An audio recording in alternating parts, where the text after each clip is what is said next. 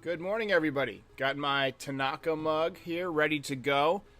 Updates on Masahiro Tanaka. Sounds like he's going to be okay. He says that he hopes to get back on the mound as soon as possible. I'd imagine that he's got a bit of a headache today. But one thing is for sure. He took about the toughest blow that you can take in Major League Baseball. There aren't many guys who can hit it as hard as Giancarlo Stanton. In fact, I don't think anybody hits it as hard as Giancarlo Stanton, with the possible exception of Aaron Judge. But Giancarlo Stanton consistently has some of the hardest exit velocities in baseball over the last decade or so. So props to Tanaka for taking a punch.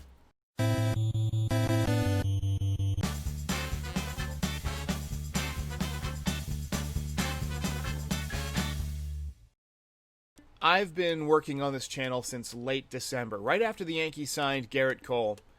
I took a break from my other channel, the Ski Lodge, where I talk about movies and entertainment, philosophy, things like that. And I started working on this Yankees channel because I thought, I like to talk about baseball. It seems as if people like to hear what I have to say about baseball, so might as well put my thoughts down. And I've had some big days. I had about 60,000 downloads of some commentary about the Astros cheating. That was my high watermark. And then I had about 50,000 downloads on a video I did about Jason Dominguez and how ridiculous his scouting grades are. If you don't know, Jason Dominguez is the Yankees' top prospect. He's only 17 years old. He's not in the player pool this year, but he's a guy who could be in the major leagues pretty quickly because he's got extraordinary skills. And then I had about maybe 5,000 or 10,000 on one of my preseason game day shows where I covered Gerrit Cole, and I had 5,000 or 6,000 on a video about other top prospects, the top 5 prospects. That's the video that really launched the top 5 series that I work on. And, things were cruising along, and I had about 1,300 subscribers. And then yesterday happened, and it kind of went viral. I was the first person to post that Tanaka video, and it got, so far 35,000, 40,000 views, something like that, in less than a day. And I've seen a few Yankees players commenting that folks shouldn't share that video of Tanaka. And while I understand that it's hard to watch, this thing is not the Zapruder film. I mean, Tanaka's going to be okay. Injuries are an unfortunate part of sports. If Tanaka had been killed on the mound, that's one thing. Showing a person's final minute of life is one thing. But to be fair, we've all seen the Dale Earnhardt crash, hundreds of times. The day that he crashed at Daytona, it must have been late 90s. Maybe early 2000s. They did nothing but show that crash on repeat on SportsCenter for days and days and days. So, a guy getting hit in the head with a line drive, and ultimately the fact that he's going to be okay, has led me to the decision that I'm going to leave my video up. Mine is off screen. I was watching live. I was trying to capture my real-time reaction to something that was kind of dreadful and upsetting. I didn't know how he was going to be at the time, but it felt newsworthy. It felt like something that, fans and people who are interested in baseball would want to see. And I knew everybody was going to share it. There's dozens and dozens of videos now on YouTube. So I'm going to leave mine up. And, if you don't want to watch it, just don't watch it. But injuries are a part of sports, and a lot of people say that baseball is not a contact sport. It's not like football. It's not like basketball where you can catch an elbow to the face. Well, in baseball, you can catch a 120-mile-an-hour line drive. Basically, a baseball weighs between 5 and 5.25 ounces. So when it's moving as fast as the ball that Giancarlo Stanton hit was, 100-plus miles an hour without breaking a sweat, it's like somebody hitting you with a brick. It's dangerous. So if for little else, then it's important for young kids to see this video to understand the dangers of pitching. And it's even worse in places like Little League where guys are using metal bats, high school, although I've heard that they've kind of deadened the metal bats some, so it's not as dangerous as it was when I was growing up. Anybody who's over 35 or so will remember the air attack bats. Now, the air attack bats were -5 between the length of the bat, usually between 32 and 34 inches, and the amount of ounces that the bat weighs, between 27 and 29. So guys would hit absolute bombs and laser beams. You know, somebody would hit one back at you and you would hear it cutting through the air. So, you know, I'm glad to hear that bats aren't as dangerous as they used to be, but they're still dangerous. And wood bats are dangerous too, as we saw yesterday, depending on how strong the hitter is and how fast the pitch came in. Now, Tanaka, it looked like he threw kind of an off-speed pitch. It looked like maybe a slider, a hanging breaking ball of some kind. But Giancarlo Stanton squared it up right on the barrel, and he hit it right back where it came from. And, you know, if you watch the overhead cam, you can see that the ball comes back to the pitcher faster than it went into the catcher.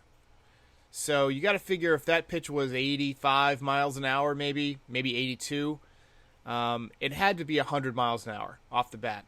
If it was a fastball, that would have been probably 120 mile an hour line drive right back at Tanaka. And he might not be able to answer the reporter's questions today because he might be in a coma or in another dimension somewhere. But it's important for pitchers to see, you know, how fast the ball can get back on you. Masahiro Tanaka is a great defender. He's one of the best defensive pitchers in the world. Japan, United States, recognized as a terrific defender. He's in a good position when he releases the ball, but sometimes it just gets on you too fast and you can't defend yourself. So it's important for pitchers to understand how dangerous that can be. You've got to be in a position to field the ball when you release it, you know, and do your best to protect your head. If you have the opportunity to wear one of those hats that look silly but protect you, wear it. You only get one head. And by the way, why weren't the Yankees using an L screen to protect Tanaka? It's possible that he vetoed it. I know some guys don't like to throw from the mound with an L screen. That's always seemed silly to me because, you know, if you have an opportunity to protect yourself, you absolutely should.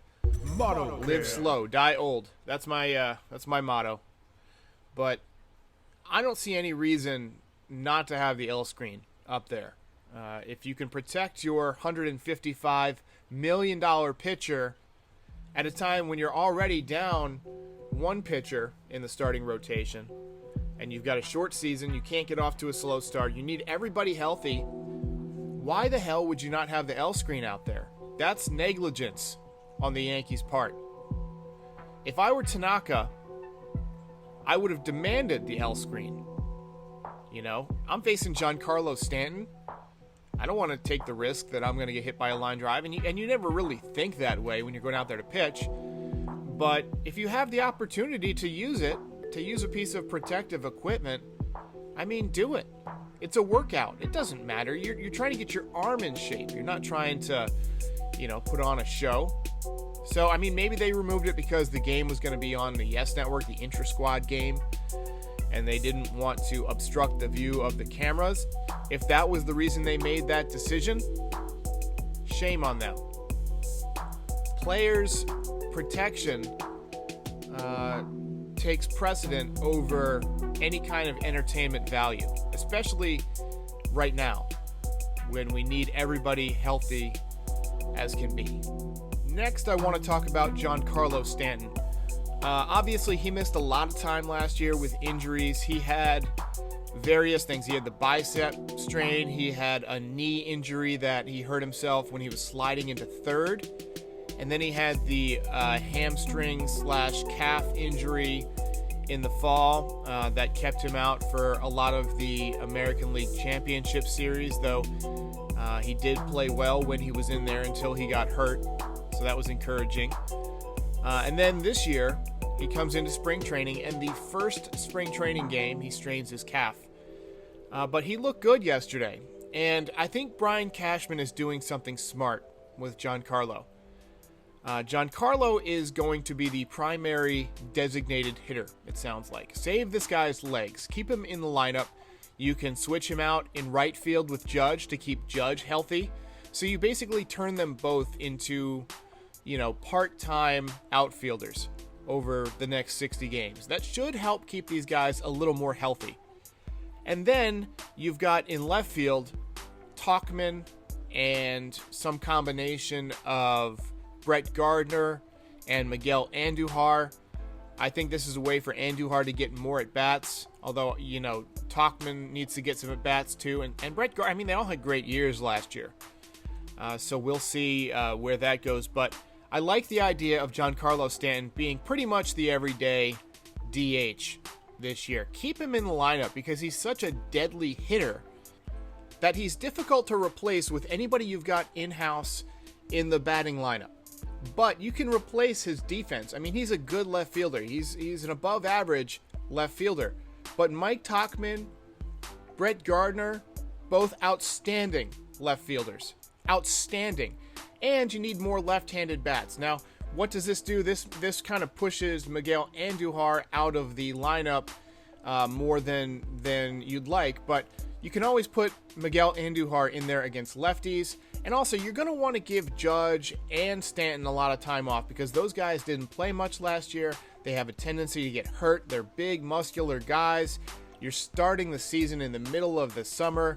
We're having a shortened spring training. I think everybody's going to need more rest than usual. So maybe you can put Miguel Andujar in right field. Maybe you can swap out Aaron Judge and Giancarlo Stanton in right field occasionally to give one of the guys a day off. It's basically like having two of the same player anyway. And then you can mix in Miguel Andujar more at DH. So I think they're going to just figure out some creative ways to try and get everybody enough at bats. You have so many games in such a short time, not many days off at all, that guys are going to need to be rested. So you're going to see a lot of guys in and out, and you don't want anybody to be rusty next year. You don't want anybody to sit the bench the entire season. So guys like Tauchman, guys like Gardner, they're going to get some time in. And it wouldn't surprise me if right out of the gate, the starters aren't playing 9 innings. Maybe give guys 7 innings, and if you have a healthy lead in the game, if you're up maybe, 7-2, 7-3, then let some other guys take the 4th at bat, get the last couple innings in the field. That's a way to keep everybody fresh. It's a way to get everybody playing time, and I think that's what you're going to see happen. So in other news, we thought this might happen. There are several players around Major League Baseball who've been diagnosed with COVID-19. Among them, DJ LeMahieu, the Yankees' best player in 2019. So he's going to be a couple weeks behind everybody because he's got to quarantine and then he's got to pass 2 tests or get 2 negative tests before they'll admit him in, just the MLB protocols. But he should be, he's in good shape. He didn't have any symptoms, and so he'll probably be fine. Luis Cessa also tested positive for coronavirus. He had some mild symptoms. That's one of these things that's interesting about this disease and that I think scares people a bit, is that it's different for everybody, right? If you're a healthy guy like Luis Cessa or like DJ LeMahieu, yeah, your symptoms probably won't be too bad. But then there are the occasional people who are fit and are healthy. They'll get it, and the virus will take them out. Now, in some cases, these guys might have some kind of an underlying symptom that, nobody knew about, a heart condition or something like that. So it can definitely advance that type of pre-existing condition in the wrong direction.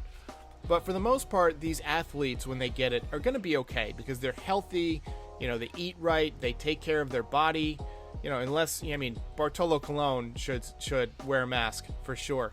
But for the rest of these guys, if they get it, they're just going to be delayed a little bit. You're going to see it happen probably all season. You'll probably see a couple guys here and there get sick.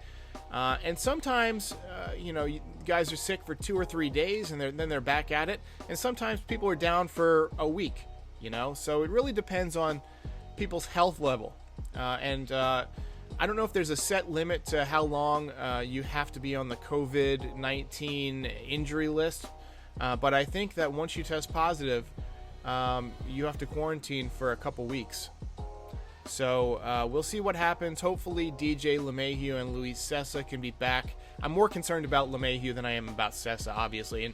And that's nothing. I mean, Cessa, look, I don't want him to be sick. I don't want, his life is just as valuable. But as a baseball player, he's nowhere near as valuable as DJ LeMahieu. So both of you guys get well. Major League Baseball is set to release their schedule in just a couple of days. And it has been confirmed that the Yankees and the Nationals are going to be part of the opening night celebration.